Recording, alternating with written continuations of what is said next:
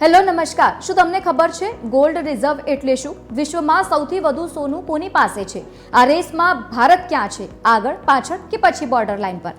આજે વાત તેના વિશે. વિશ્વભરની કેન્દ્રીય બેંકો વૈશ્વિક અસ્થિરતા, વધતી કિંમતો અને ડોલર પડવાની નિર્ભરતા ઘટાડવા માટે ઝડપથી સોનું એકઠું કરી રહી છે. આ માત્ર એક રોકાણ નથી, પરંતુ આર્થિક સુરક્ષા અને આવનારા મોટા ભૂરાજકીય ફેરફારોનો સંકેત છે. આ રેસમાં ભારતની સોનાની નીતિ, પડકારો અને ભાવિ વ્યૂહરચનાને સમજવું ખૂબ જ મહત્વપૂર્ણ છે.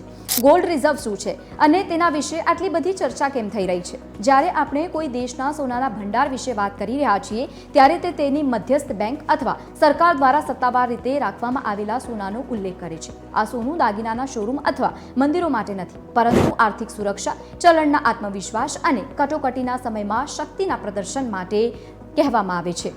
વિશ્વમાં સૌથી વધુ સોનું કોની પાસે છે? જો તેના વિશે વાત કરીએ તો વર્લ્ડ ગોલ્ડ કાઉન્સિલના તાજેતરના જ ડેટા અનુસાર યુનાઇટેડ સ્ટેટ્સ પાસે સૌથી વધુ સોનું છે. એવું માનવામાં આવે છે કે તેની પાસે 8,100 ટનથી પણ વધુ સત્તાવાર સોનાનો ભંડાર છે, જે ઉચ્ચ સ્તરીય સુરક્ષાની તિજોરીઓમાં બંધ છે.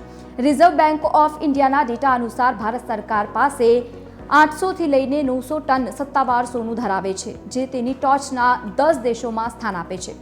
જો કે આ સોનાનો ભંડાર તેની વસ્તી અને વપરાશની તુલનામાં ખૂબ જ ઓછો માનવામાં આવે છે. સોનાના ભાવ આટલી ઝડપથી કેમ વધી રહ્યા છે તે પણ ચર્ચાનો વિષય છે. આજે આંતરરાષ્ટ્રીય બજારમાં સોનું ઐતિહાસિક ઉછાળીએ ટ્રેડ કરી રહ્યું છે.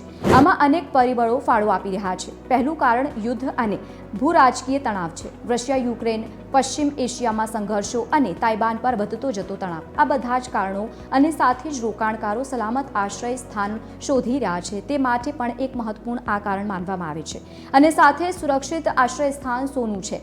બીજું કારણ છે ફુગાવો અને મંદીનો ડર. ત્રીજું કારણ છે કેન્દ્રીય બેંકો દ્વારા ખરીદી. જ્યારે વિશ્વના મુખ્ય કેન્દ્રીય બેંકો વાર્ષિક ધોરણે બજારમાંથી 1,000 ટનથી વધુ સોનું પાછું ખેંચે છે, ત્યારે પુરવઠો કડક બને છે અને જેના કારણે કિંમતોમાં વધારો થાય છે. અને હવે અંતે, ભારત વિશ્વના સૌથી મોટા સોનાના ગ્રાહકોમાંથી એક છે. લગ્ન, તહેવારો, ધાર્મિક માન્યતાઓ બધું જ મળીને ભારતમાં સોનું ફક્ત એક રોકાણ નથી, પરંતુ એક સાંસ્કૃતિક પ્રતીક પણ છે.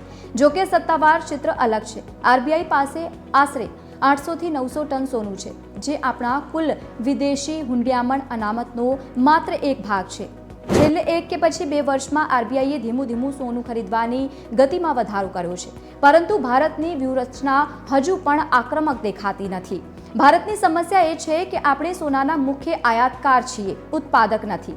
જેમ જેમ આંતરરાષ્ટ્રીય સ્તરે ભાવ વધે છે, તેમ તેમ આપણે આયાત બિલ વધુ આપણને ચૂકવવું પડે છે. આનો અર્થ એ છે કે સામાન્ય માણસ માટે મોંઘા દાગીના અને દેશ માટે મોંઘી આયાત એક સાથે ચાલે છે. તેથી જ ગોલ્ડ બોન્ડ, ગોલ્ડ ETF અને હોલમાર્કિંગ જેવી પહેલી પસંદ દ્વારા સરકાર લોકોને ભૌતિક આયાતથી નાણાકીય સોનાના રોકાણ તરીકે જોવા માટે પ્રોત્સાહન કરવાનો પ્રયાસ કરી રહ્યા છે, અને જેનાથી ડોલરની રકમ ઓછી થાય છે.